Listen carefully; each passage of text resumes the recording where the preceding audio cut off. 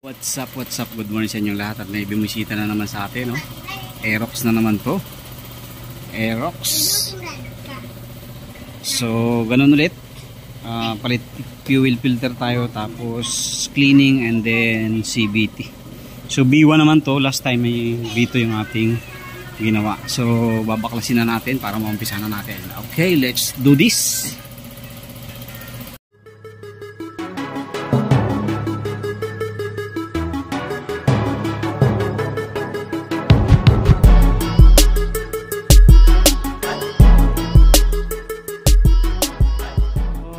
Mga kaduit na baklas na natin at medyo hindi pa naman ganun ka lala ang dumi.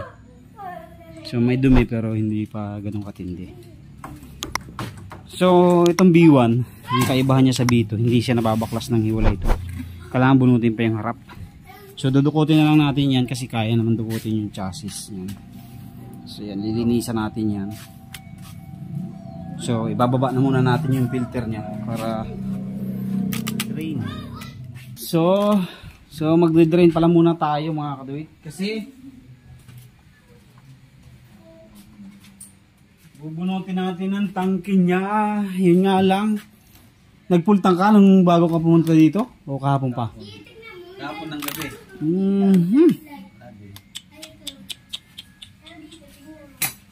Yan lang. Puno nga oh, may ano pa yung takip mo eh. May bakas pa ng ebidensya eh. So ito ang ating DIY pump.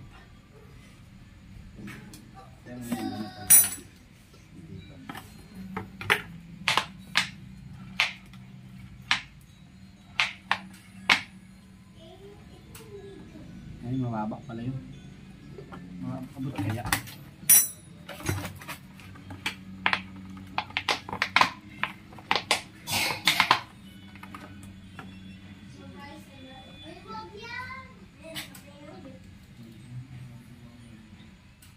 Okay.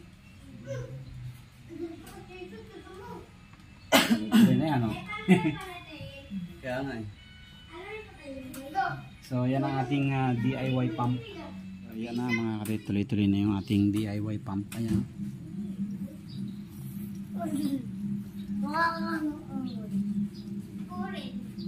Siyempre.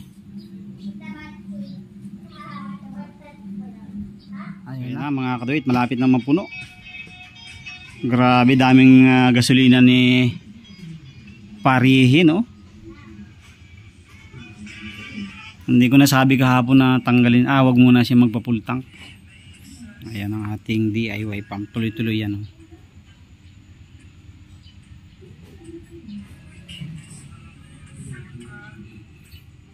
So ayan mga kaduit, nakapag-drain na tayo. Tanggalin natin itong kanyang sakit.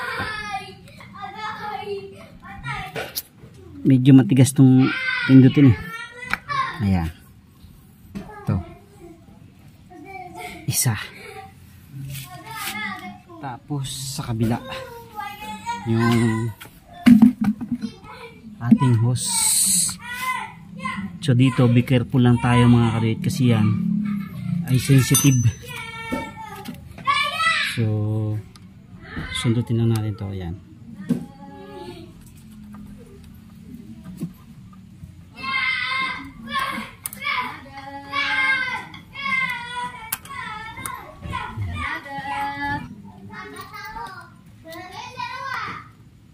Bawa natin itong lock.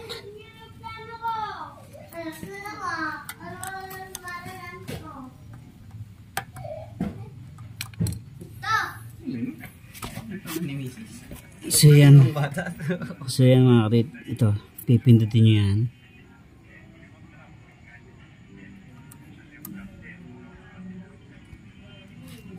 Tapos hatak yun. Kasi ano yan eh, napaka-sensitive yan eh. Pagka namali ng ano yan, pag naputol yan, yari. Tapos dito mga karit yan, pipindutin nyo lang to. Ayan, pindot mo. Oh, yun. Tapos pwede na nating ibaba. So medyo ano to eh, hindi basta-basta tayo ano na yan. magtanggal kasi medyo sensitive talaga yan pag nabali. Patay. So yung ano yan sinasabi na kanina sa loob yun. So hugutin na muna natin.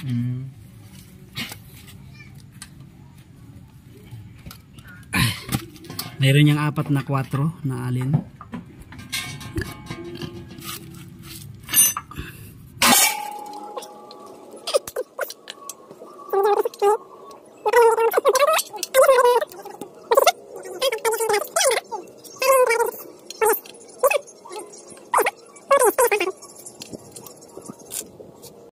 Maandar yung number. Yan.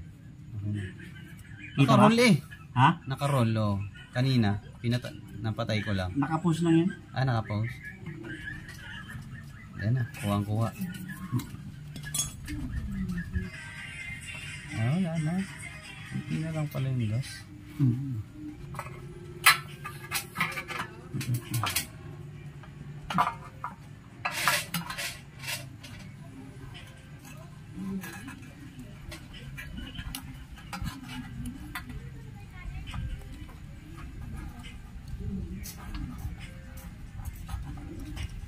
Hirap abot niya.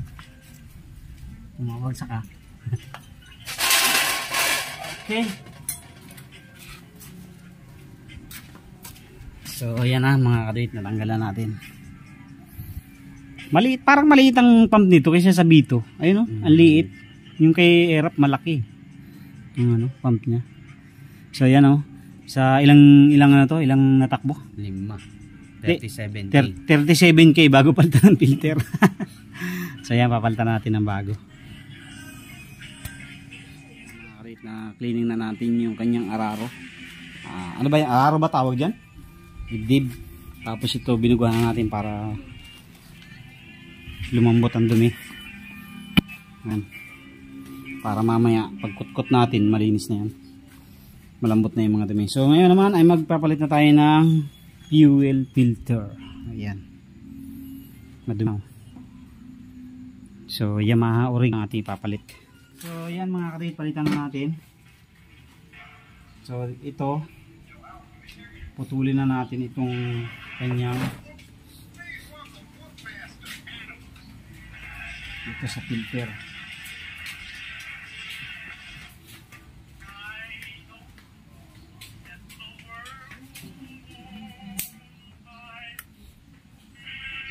Ito buo pala yan? Ayan. Ano yung plastic na yan? Yan, ito kasi yan, sinusuot. Kaya ang gagawin mo para matanggal, putulin mo na siya dito.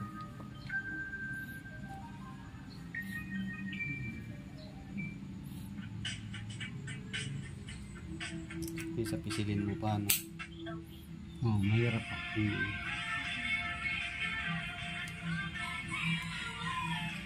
Sensitive pa naman yung fuel pump na yun.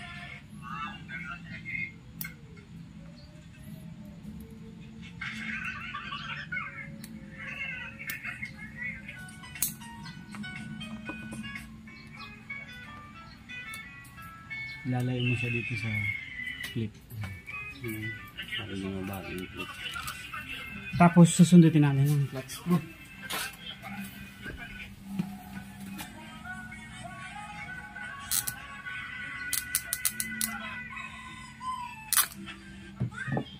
Ayan na. Tanggalan natin mga kabit. So wala naman siyang dumi dito. Itim na oh. Tama man diferensya.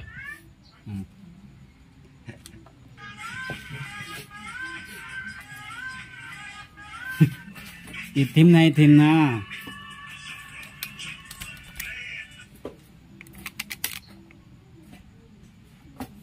So yan na. Kabit na natin mga kabit yung bagong fuel filter. Tanggalin na natin yung takip.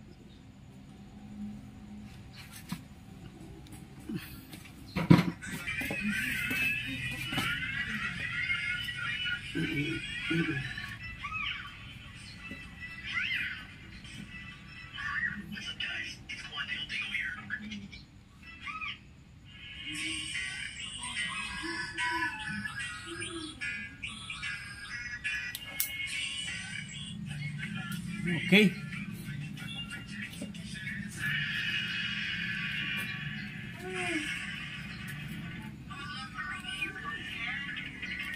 Ayos na mga karit, napalitan na natin.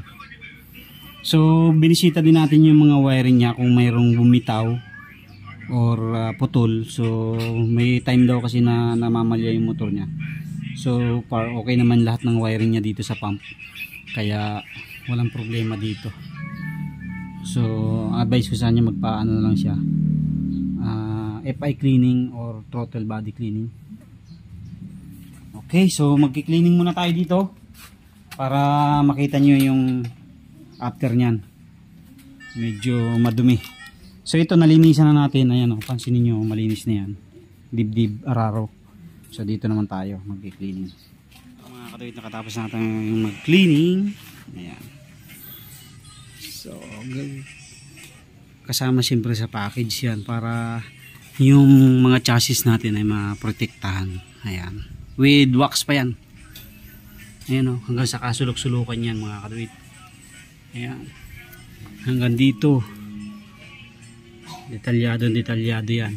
Hanggang dito sa swing arm nya linis yan. Yung engine lang hindi kasama. Hindi natin na makukut-kut. Napakatagal na pagka isasama natin yung engine. Okay pa naman yung engine nya, malinis. So kabit na natin yung ating filter. Ayos na yan. Malinis na. Linis na yan mga katuwid. Kintab na, parang bago ulit. So ito na yung ating filter mga katuwid. Kabit na natin.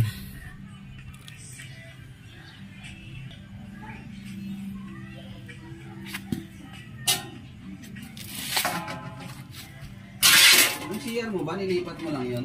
Oo. Saan yun dati? Sa loob. Dito sa may, sa may lamesa nyo?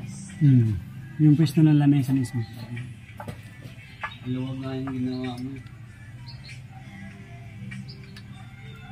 1.5 meter yung extension dyan. Yan sa ano.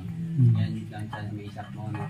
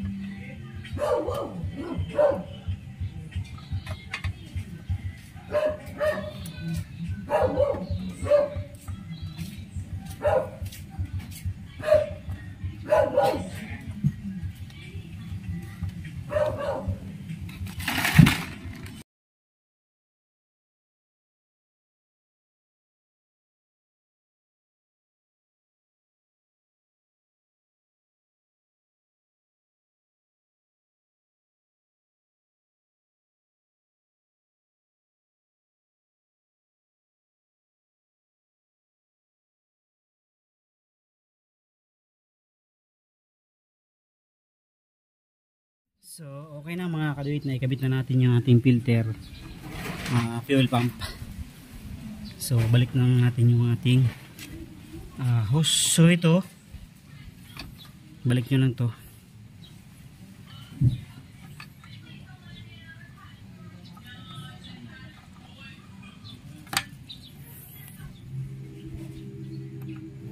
Okay.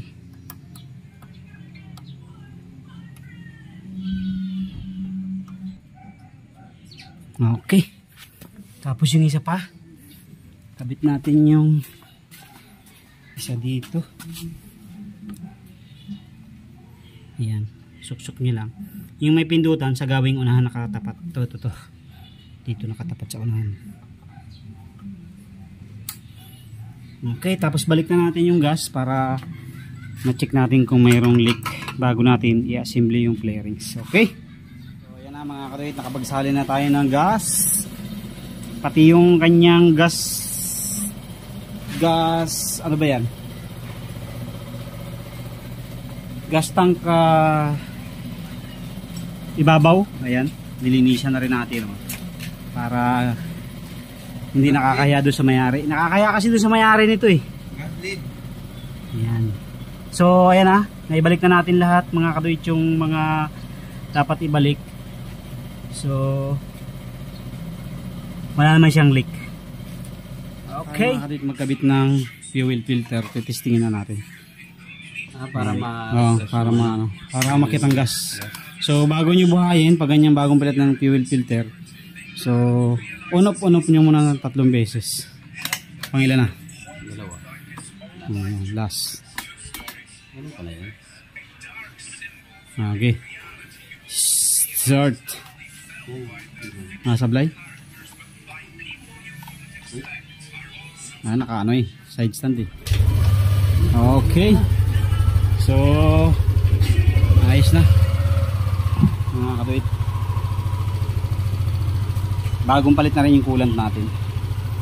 So tapos na tayo. Magkakabit na lang tayo ng mga flarings. At yan ay talagang nilinis natin ng todo. Ayan o, kung mapapansin nyo, linis na rin siya. Pati yung mga hose nyan ay malinis. Sige, patayin mo na. At maiinit yung panggilid natin. Thank you, thank you.